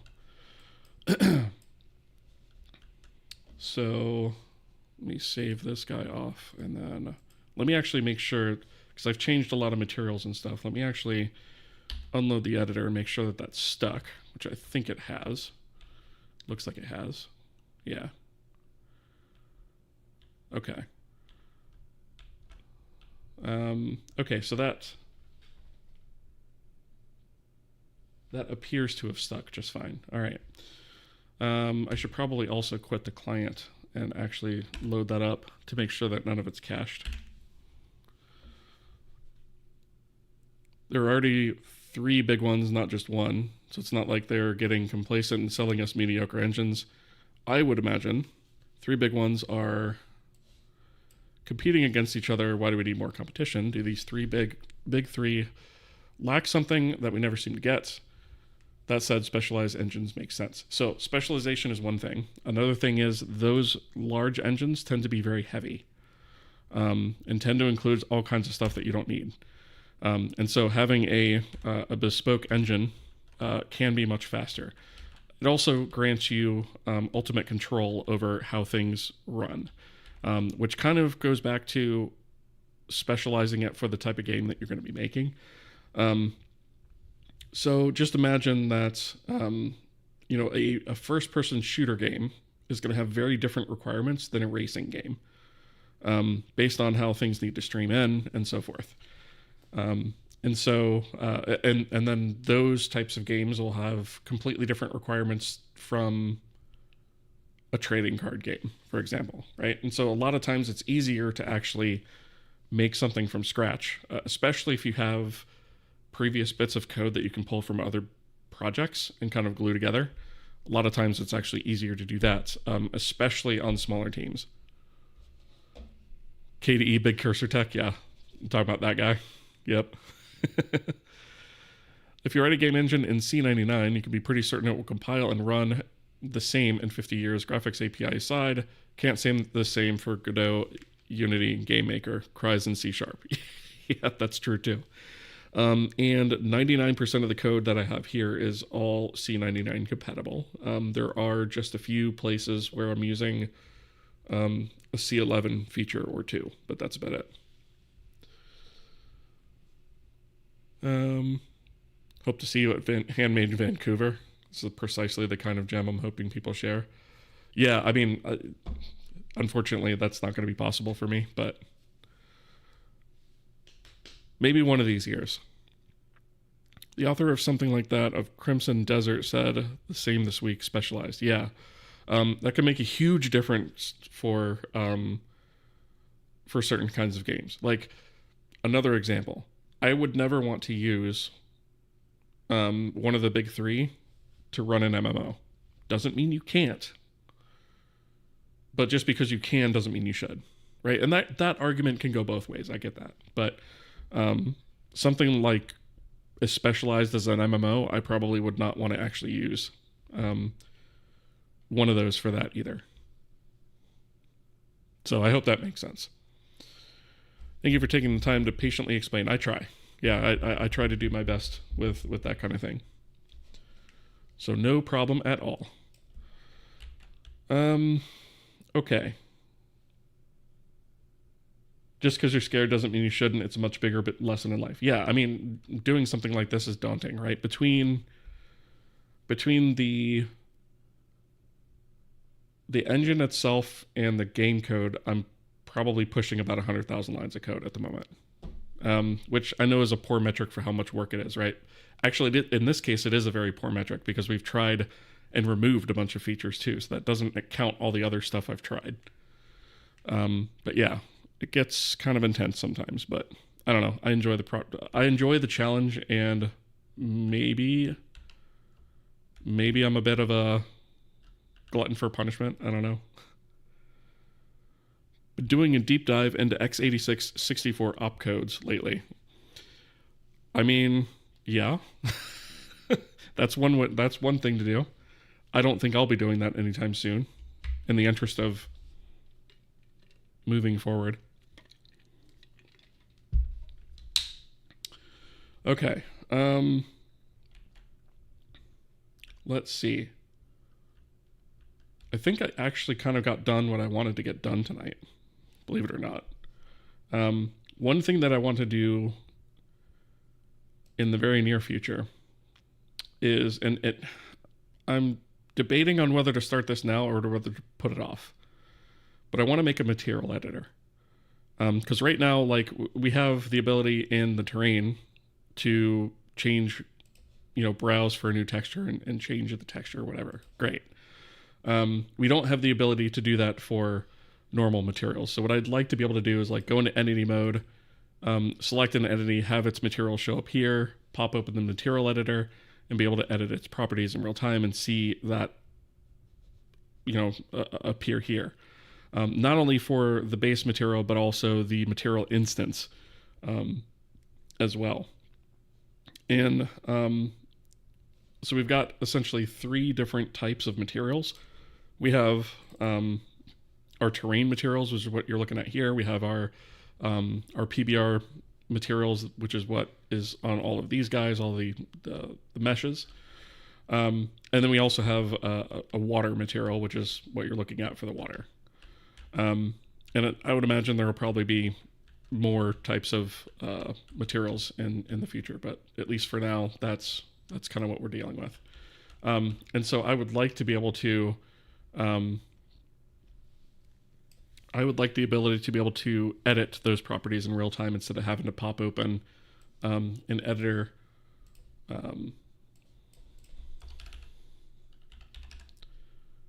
And edit the properties like this, because this is what our material files look like at the moment.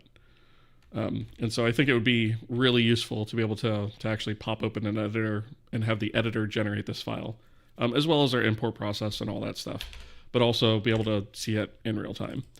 So I think an editor for materials would probably be kind of awesome. I just wonder if I should do that now or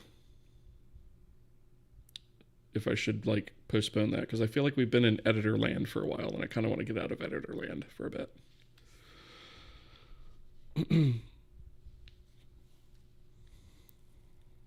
Let's see. Are there any clankers helping this project along? Clanker? I'm not so sure I know what a clanker is. Maybe that's just me being a... Oh, like Jippity. Okay. Yeah, I haven't actually heard that term before. Okay. No. So this stuff is all just me figuring crap out the hard way. So yeah, we don't do the vibe coding thing here. In fact,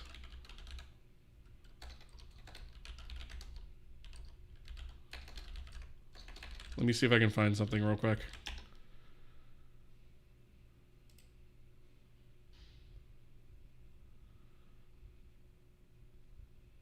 You dingus. Yeah, so there's my definition of vibe coding. Violently improvised, barely engineered. So we don't do that here. I mean, anyone that wants to, that's cool. It's just not my cup of tea. Last thing you need is AI doing pointers. Oh, yeah. And what's funny is I've actually like hopped on and tried to tell it like to write some useful stuff that I didn't want to deal with, right? And like I like the last thing I told it to do was like write me a hash table, right? Just to see how that would work, right? Just write me a hash table, just a simple hash table. Avoid dynamic allocation wherever possible. Keep it short, lean, easy to use.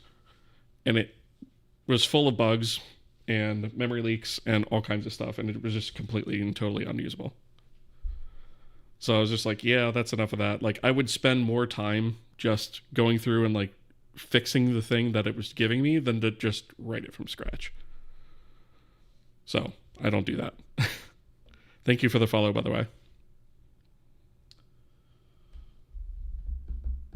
It's what the kids call them. Yeah, I've not. You Why dingus. is it? So what is the term clanker? Like, where did that come from? Because like clanker makes me think of like an old car, like a clunker. But like, yeah, I've not actually heard that term before. A robot, basically. Okay, interesting. Well, Ratchet and Clank. Okay, all right, I can get that. But like, I almost feel like that's an insult to Ratchet and Clank, though. Is it an old word? Okay. I occasionally use old words. I just hadn't heard that one before. So interesting. Heard it from Star Wars. Which one though?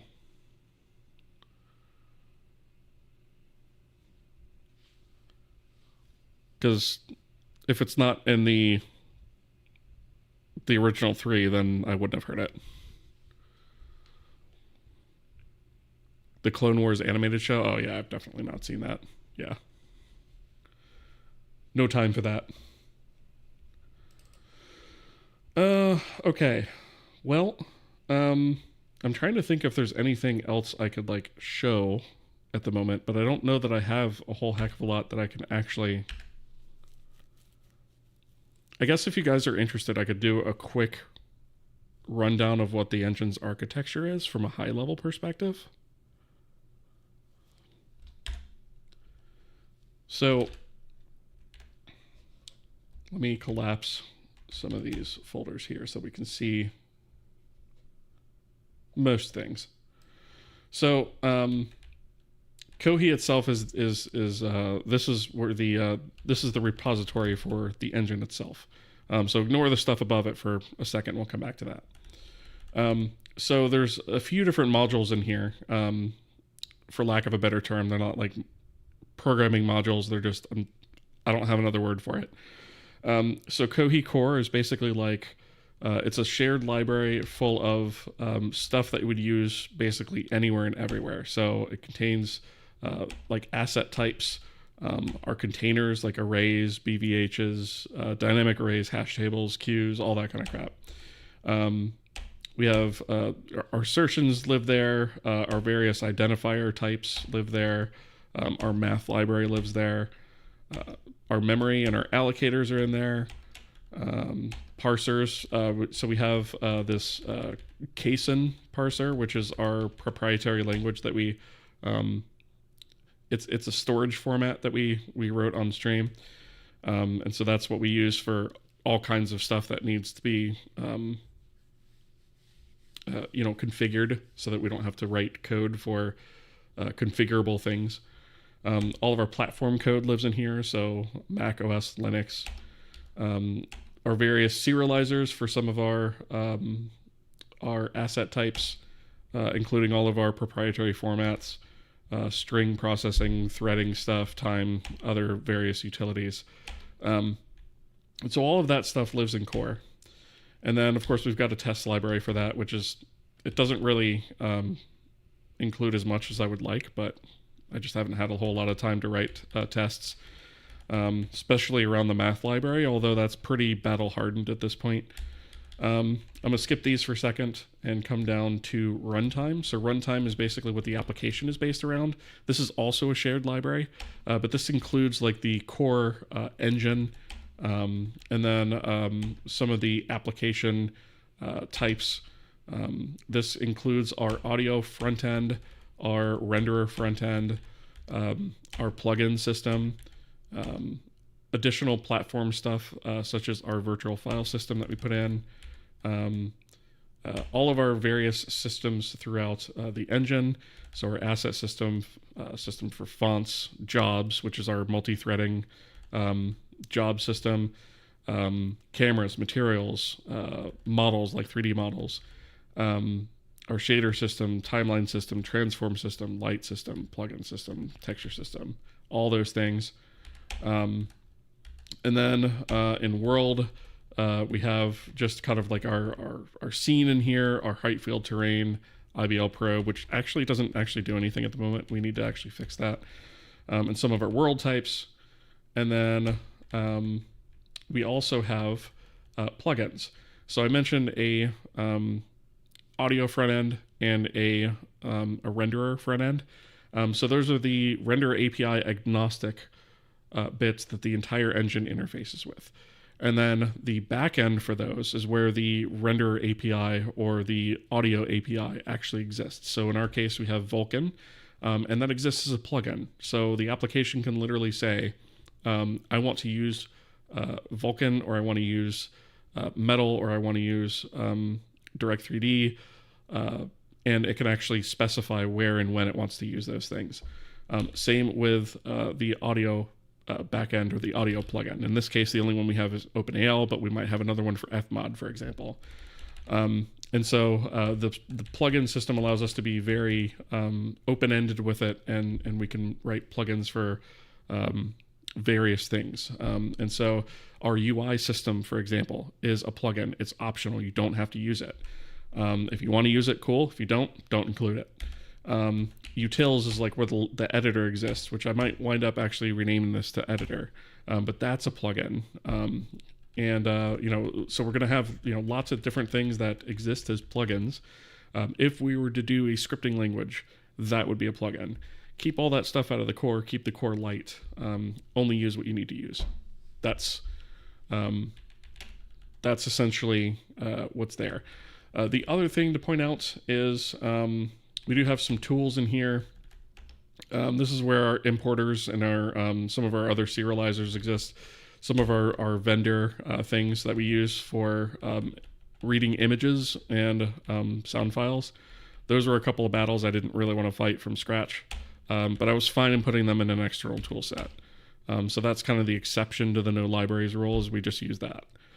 And then we have the testbed, KApp and klib. So the K application is just the testbed is basically a driver for the engine, right? It's just a test driver for the engine to test new features. And so it's a simple application that literally consists of one code file.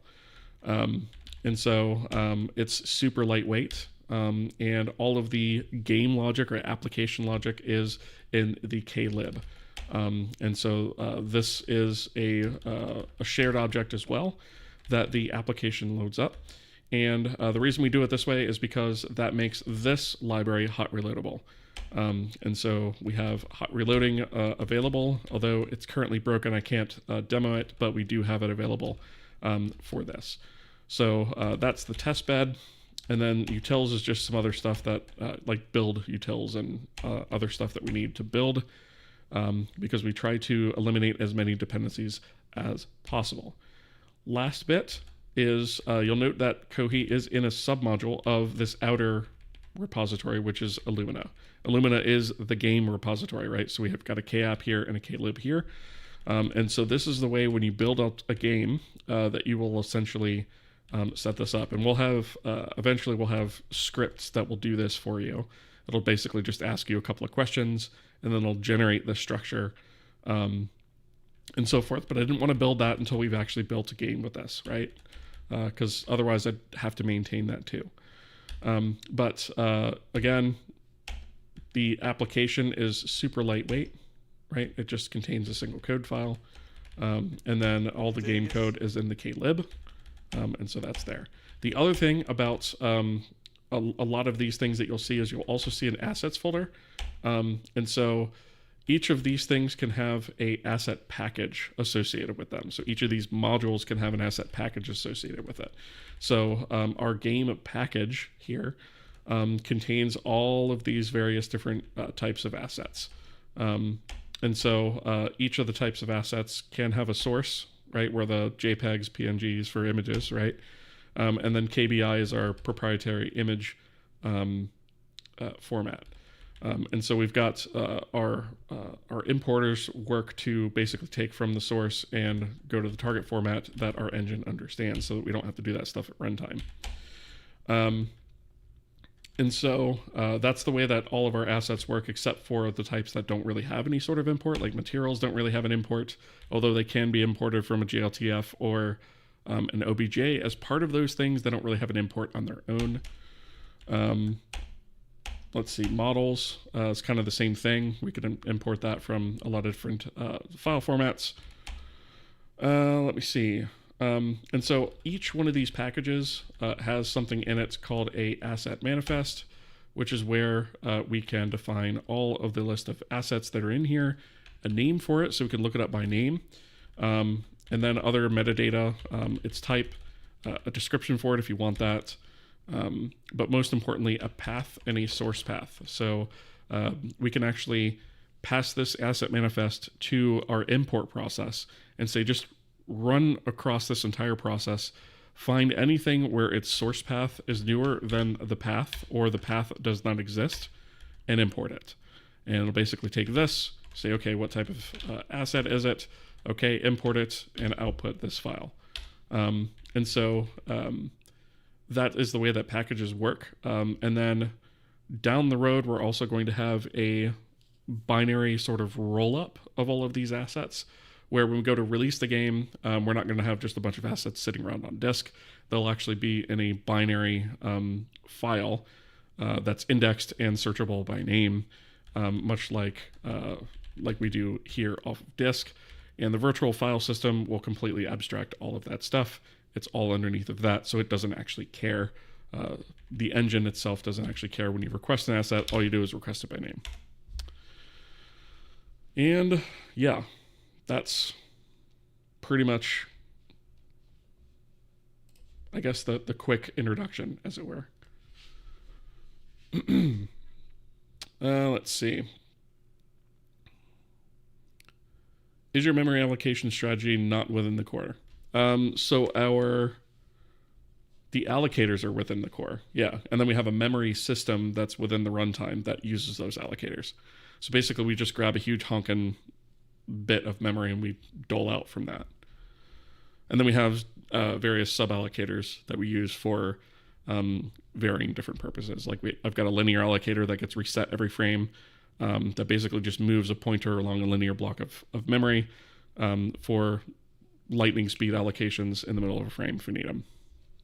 That kind of thing. How do you support threads in Linux and Windows in C99? So in Windows, I mean, we've got the highlighting is not going to show up because I'm on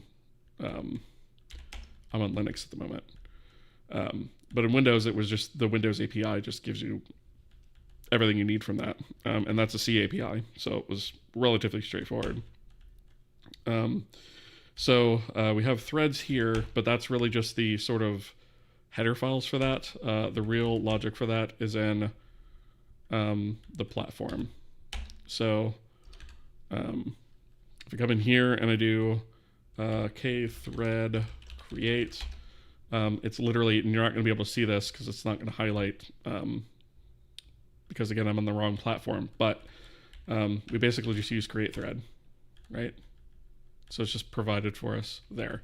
And then on Linux and Mac OS, we use pthreads, which is easy enough. I store all my assets as a blob in SQLite. Yeah, that's the other thing I did is I rolled a database from scratch because I'm going to need lots of items. So yeah, we have our own. I called it ItemDB, but it's also going to hold all of our string translations and everything as well. Your GameDB drives assets, level data, in-game scripts all in one file. Yeah. So I don't know that I don't really know how I'm going to approach in-game scripts yet. I know they're going to be written in C, and I'm going to use hot reloading. I just don't know how I'm going to organize them just yet. What's your approach to generics if you have them? No templates, so you rely on macro, void pointer, or copy pasta all day. So I try not to use them at all. The only place that I do use them is in what I call darray. And darray does make extensive use of macros to handle that. And this is really the only place that I do it, just so that I don't have to punt around the type all over the place. So the things you'll be interested here are, we have this darray creates function, which is here. And so that just takes, the number of elements, the stride of each element, and then potentially a frame allocator. This is used with that per frame allocator that I was talking about. So if you want a dynamic array in the context of a single frame, you can pass an allocator there. But the macro is basically just a darray create, and then you pass the type. And then this basically calls darray create with a default capacity, does a size of on the type, 0 for the allocator, and then does a cold cast to type star. And so that kind of ensures the type safety of what you're assigning it to as well. And so we just have a few macros in here that just kind of take care of that for us. But this is really the only place where I do anything even remotely close to that. I use the Monkey Lang book to write a language. I'm not familiar with that book, actually. Let's see. All right. Anyway, I think, unfortunately, I do have to get up for work in the morning. So unfortunately, I am going to have to end the stream. But I do want to just give again, another large thank you to Cakes for the raid, and welcome raiders. Thank you guys all so much for the follows. I really do appreciate it. Let's see if I can find somebody to raid.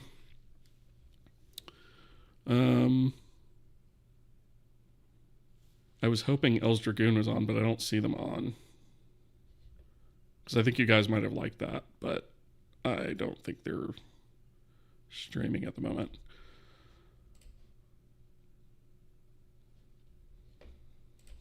Let me just make sure of that. No, they're not on. Okay. So just bear with me in 1 second here while I find somebody to raid. I'd like to find something that is kind of similar to what we're doing here, like C or C++, something along those lines. But while I'm searching for this, if you haven't already, I would greatly appreciate a follow on the Twitch side or the YouTube side, or both if you're so inclined, because I am trying to grow the channel and reach more people and hopefully inspire more people to make cool stuff. Because I love when somebody comes back to me and goes, look at this cool thing I made, and it's something that's really, really awesome and unique. That just makes all the effort worth it to me, for sure. Let me see.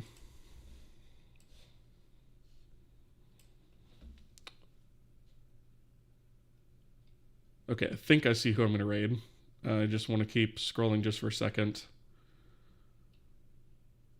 Okay, yeah, let's go that route.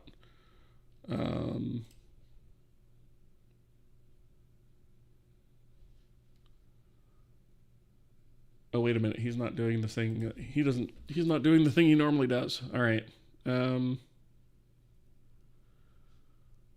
I guess.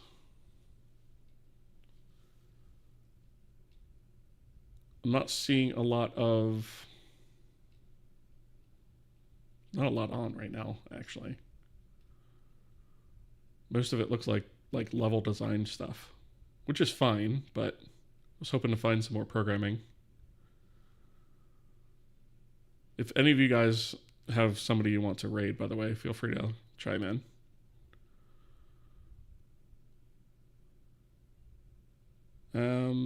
Let's see.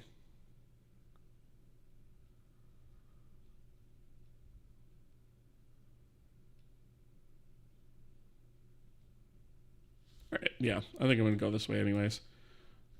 Where was that?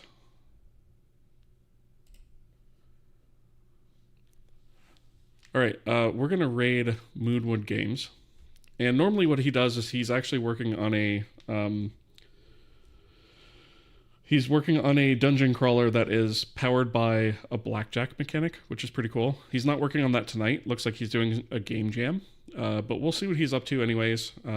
He's got a pretty solid looking project, so we'll jump over there and see what he's up to. You know what? I think I can actually raid him on YouTube as well.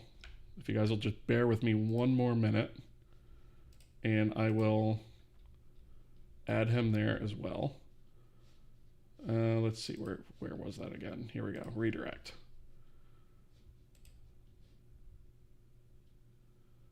Yeah, here we go. Okay.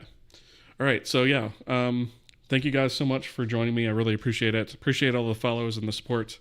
Yeah, we'll see you guys in the next episode, which I actually missed yesterday's episode, so I might wind up doing a makeup stream at some point. Maybe tomorrow. I don't know for sure, but either way, I will announce it before I do. So, anyways, thank you guys. Have a good one, and I will see you guys in the next one. See ya.